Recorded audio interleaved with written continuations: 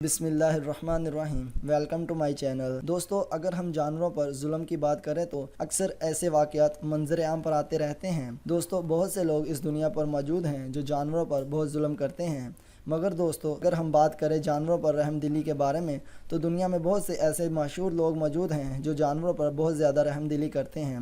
دوستو، جس طرح ان بے زبان جانوروں کی داستان آپ تک پہنچانا ضروری ہے، اسی طرح ان ہیروز کی داستان بھی آپ تک پہنچانا ضروری ہے جو کہ ان جانوروں کی مدد کرنے کے لیے کسی بھی حد تک جا سکتے ہیں۔ دوستو، آج کی ویڈیو سٹارٹ کرنے سے پہلے میری آپ سے گزارش ہے کہ اس ویڈیو کو لائک کریں، اور اگر آپ نے ابھی تک میرے اس چینل کو سبسکرائب نہیں کیا تو میرے اس چینل کو سبسکرائب کریں اور اس کے ساتھ ساتھ گھنٹی کے بٹن کو پریس کریں تاکہ آپ کو میری ویڈیوز بذریعہ نوٹیفیکیشن مل سکیں۔ تو چلیں دوستو، آج کی ویڈیو سٹارٹ کرتے ہیں۔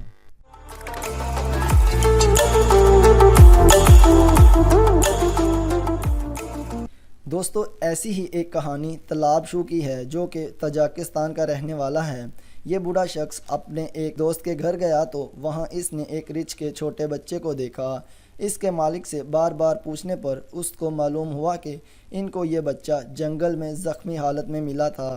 اس کی ماں کو بدقسمت شکاریوں نے گولی مار کر مار ڈالا تھا اور اس رچھ کے بچے کے پاؤں پر بھی گولی لگی ہوئی تھی، اور یہ بچہ جنگل میں بے یارو مددگار موجود تھا۔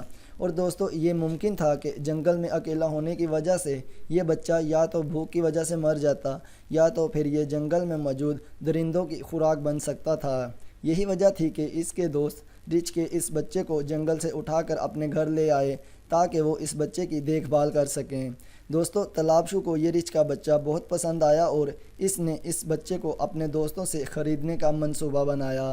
اس بچے کو خریدنے کے لیے اس کے پاس بہت زیادہ رقم تو موجود نہ تھی، بلکہ اس نے اس بچے کو خریدنے کے لیے جو کچھ بھی موجود تھا دینے کا فیصلہ کیا۔ اس نے یہ بچہ ایک بکری اور ایک تھیلا آٹا دے کر خرید لیا اور اس کے دوست اس بات پر رضامند ہو گئے۔ دوستو، وقت گزرنے کے ساتھ ساتھ تالاب شو اور رچھ کے اس بچے کے اچھی دوستی ہو گئی۔ تالاب شو نے رچھ کا بچہ خریدنے کے بعد اس کا نام مشہور شو کے نام پر ماریا رکھ دیا، اور اب تالاب شو اس رچھ کی ایک چھوٹے بچے کی طرح پرورش کرتا تھا۔ دوستو، اگرچہ اس بچے کی ماں کو شکاریوں نے مار ڈالا تھا، اس کے باوجود یہ رچھ کا بچہ انسانوں کے ساتھ گل مل گیا تھا۔ انسانوں کے سامنے ڈانس کرنا اور انسانوں کو اپنے اوپر سواری کروانا اس کے لیے معمولی سی بات تھی۔ دوستو، تالاب شو اس رچھ کے بچے کو اپنی اولاد کی طرح پالتا تھا اور اپنے بچوں کی طرح اس کی حفاظت بھی کرتا تھا، اس کے کھانے پینے کا خیال بھی رکھتا تھا۔ دوستو، تالاب شو اس کو اپنے ساتھ لے کر ازبکستان، قزاقستان اور کرغزستان بھی گیا تھا۔ ان دونوں کی دوستی نے بہت سے لوگوں کو محسوس بھی کیا، مگر اس دنیا میں کسی بھی انسان کو دوام حاصل نہیں کہ وہ کب تک جیے، اور کچھ ہی دیر بعد تالاب شو 2012 میں 80 سال کی عمر میں فوت ہو گیا تھا۔ دوستو، تالاب شو کی وفات کے بعد اس کا یہ دوست دنیا میں اکیلا رہ گیا تھا۔ کہا جاتا ہے کہ یہ رچھ اس بوڑھے کی موت کے 2 ماہ بعد ہی فوت ہو گیا تھا، مگر دوستو ایسا بالکل ہی بھی نہیں، بلکہ جب اس کا مالک مر گیا تھا اس کے بعد اس کو وہاں موجود چڑیا گھر والے اٹھا کر لے گئے تھے۔ اس چڑیا گھر کے ڈائریکٹر کا کہنا تھا کہ جب ہم اس رچھ کو اٹھا کر لائے تو وہ اس قید والی زندگی اور اپنے مالک کی وجہ سے بے حد افسوس اور غمگین رہتا تھا، اور اس نے کئی دنوں تک بھوکا رہا اور کئی دنوں تک اس نے کھانا نہ کھایا اور نہ ہی اپنا سر اٹھایا اور نہ ہی کسی طرف دیکھا۔ اس چڑیا گھر کے ڈائریکٹر کا مزید کہنا تھا کہ اس رچھ کا یہ بچہ دوستو، چڑیا گھر کے ڈائریکٹر نے بتایا کہ اس رچھ کا یہ زخم آہستہ آہستہ منجمد ہوتا چلا گیا اور وہ پھر سے عام روٹین والی زندگی جینے لگا اور اس کا موڈ بھی بہتر ہوتا گیا۔ اب ایک بار پھر سے یہ رچھ خوشگوار نظر آ رہا تھا۔ وقت کے ساتھ ساتھ یہ رچھ چڑیا گھر کے سٹاف کے 2 لوگوں کے ساتھ بہت زیادہ اٹیچ ہو گیا تھا۔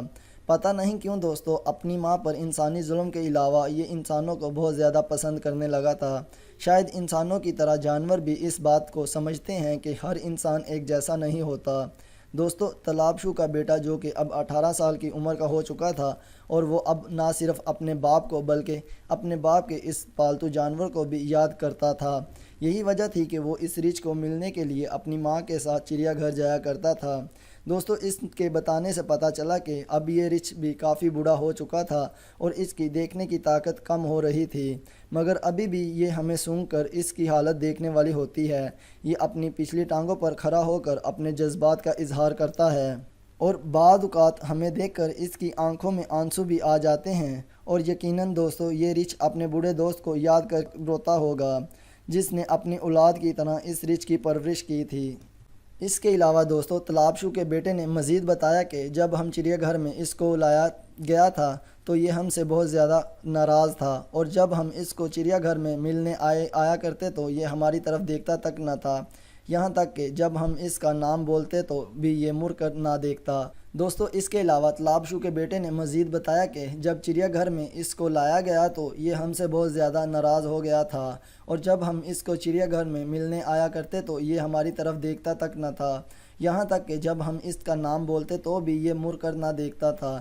اس بوڑھے کی یاد میں اس کا مجسمہ بنوانے کے لیے کئی لوگوں نے حکومت تاجکستان کو کہا، یہاں تک کہ اس کو آنے والے لوگوں کے لیے زندہ رکھنے کے لیے آن لائن ووٹ بھی کر رہے ہیں، اور تو بعد میں لوگوں نے اس کے مجسمے بھی بنائے تاکہ حکومت ان کے اس مطالبے کو مان لے اور آنے والے دنوں میں اس بوڑھے کا مجسمہ اس رچ کے ساتھ دیکھنے کو ملے جس کو اس نے اپنی اولاد کی طرح پالا تھا۔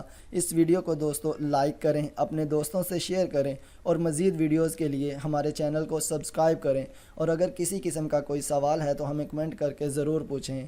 دوستو اگلے ویڈیو تک کے لیے ہمیں اجازت دیں۔ اللہ حافظ، اللہ نگہبان۔